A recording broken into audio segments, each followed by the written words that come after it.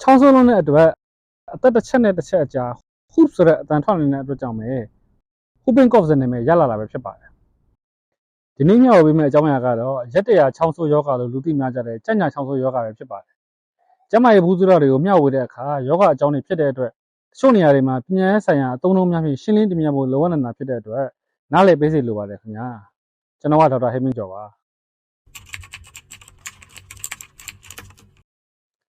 ရက်တရာချောင်းဆိုးတနည်းအားဖြင့်ကြက်ညာချောင်းဆိုးယောဂဆိုတာလူသားတွေမှာပဲတွေ့ရတဲ့ယောဂတစ်မျိုးဖြစ်ပါတယ်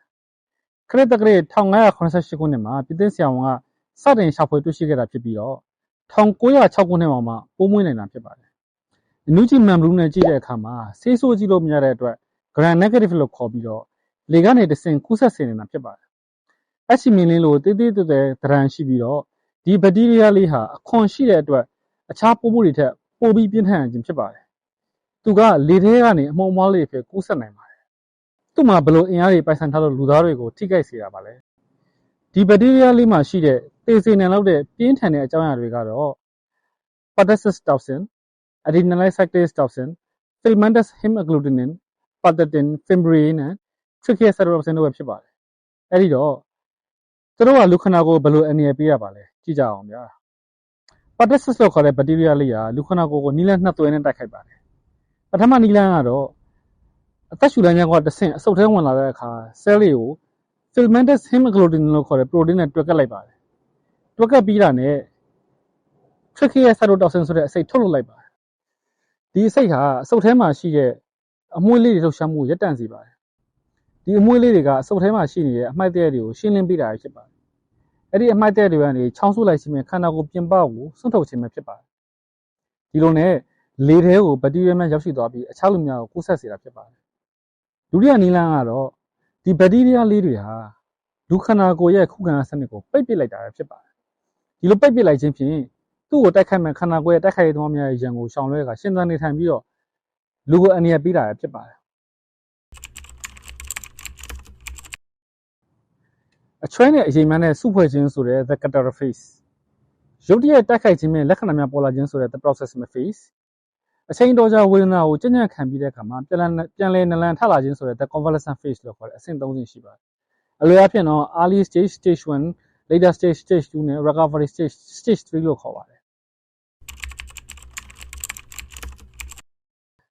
်ကနဦးလက္ခဏာများကရာသီတုပ်ကွေးနဲ့တူတတ်ပါတယ်မတူတာကတော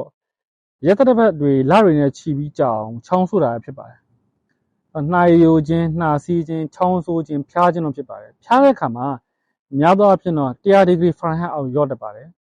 နောက်ချောင်းဆိုးလုံးတဲ့အတွက်မျက်လုံးတွေနီးရဲလာခြင်းဒီမျက်လုံးမှာအရည်နဲ့ပြည့်နေခြင်းတို့လည်းဖြစ်တတ်ပါတယ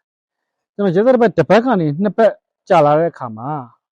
ဒီအသက်ရှူလမ်းကြောင်းမှာအကျိတ်ချွဲတွေကထူပြီးတော့ပြုံလာပါတယ်အဲ့ဒီခါမှာကျွန်တော်တို့မထိန်နိုင်ပဲနဲ့ချောင်းဆိုးတာဖြစ်တတ်ပါတယ်နောက်ကအန်နာလည်းဖြစ်နိုင်သလိုချောင်းဆိုးလုံးဝကြီးရဲ့အတွက်မျက်နှာတွေနီရဲလာတာပြာနှမ်းသွားတာဒါလည်းဖြစ်တတ်ပါတယ်နောက်အလုံးမင်းပင်ပန်းတော့နေတာဖြစ်တတ်ပါတယ်ချောင်းဆိုးလုံးတဲ့အတွက်အသက်တစ်ချက်နဲ့တစ်ချက်ကြားမှာဟုပ်ဆိုတဲ့အတန်ထွက်လာတဲ့အတွက်ကြောင့်ပဲ whooping cough ဆိုတဲ့နာမည်ရလာတာပဲဖြစ်ပါတယ်ကာကွယ်ဆေးမထိုးလားသူသို့မဟုတ်ကာကွယ်ဆေးအာနိသင်ရော့သွားတဲ့အသက်အရွယ်တွေမှာဖြစ်တတ်ပါတယ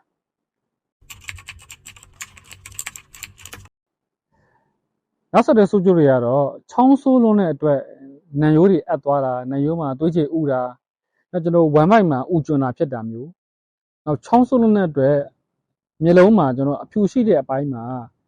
မျက်လုံးသွေးကြည်ပေါက်ထွက်သွားတာမျိုးဖြစ်တတ်ပါတယ်နောက်ချောင်းဆိုးရလုံးတဲ့အတွက်စီးမထိန်နိုင်မျိုးလည်းဖြစ်တတ်ပါတယ်အသက်6လအောက်ကလေးတွေမှာနီမိုးနီးယားလို့ခေါ်တဲ့အဆုတ်ရောင်တဲ့ရောဂါလည်းဖြစ်တတ်ပါတယ်နောက်အသက်ရှူနှေးသွားတာအသက်ရှူရက်တနာမျိုးလည်းဖြစ်နိုင်ပါတယ်နောက်ချောင်းရမ်းဆိုးတဲ့အတွက်အစာကျွေးရခက်ခဲပြီးတော့ကိုယ်လေးကျင်ရော့သွားတာမျိုးရေဓာတ်တွေခန့်လျှောက်သွားတာမျိုးလည်းဖြစ်နိုင်ပါတယ်အတက်ရောဂါလည်းဖြစ်တတ်ပါတယ်အုံနောက်ကိုထိခဲ့တာလည်းဖြစ်တတ်ပါတယ်လက္ခဏာတွေကိုခံစားရတတ်တာစေတဲ့ဆောင်းရံရှောင်းရံလေးရှိပါတယ်ဆောင်းရံကတော့ကျွန်တော်တို့များများအနားယူဖို့လိုပါတယ်အရေးများများတောက်ပါခံစားရတတ်တာစေရန်အတွက်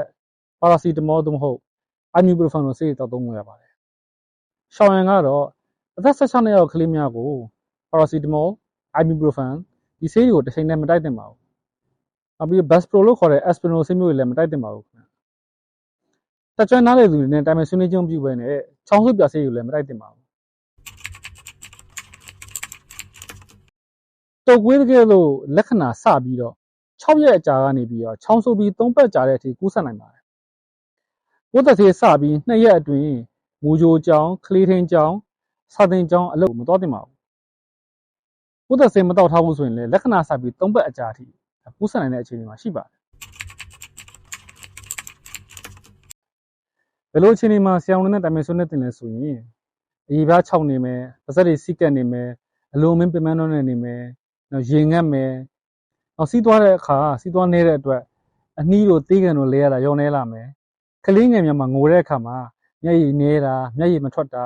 ဒါမျိုးတွေဖြစ်မယ်နောက်ကြွက်သားတွေအားနေမယ်ခေါင်းကိုက်မယ်ပြီးတော့မူးမယ်ဒီလိုမျိုးတွေဖြစ်လာရင်တော့တက်ကြွနားလေတဲ့ဆရာဝန်နဲ့တိုင်ပင်ဆွေးနွေးဖို့လိုအပ်ပါတယ်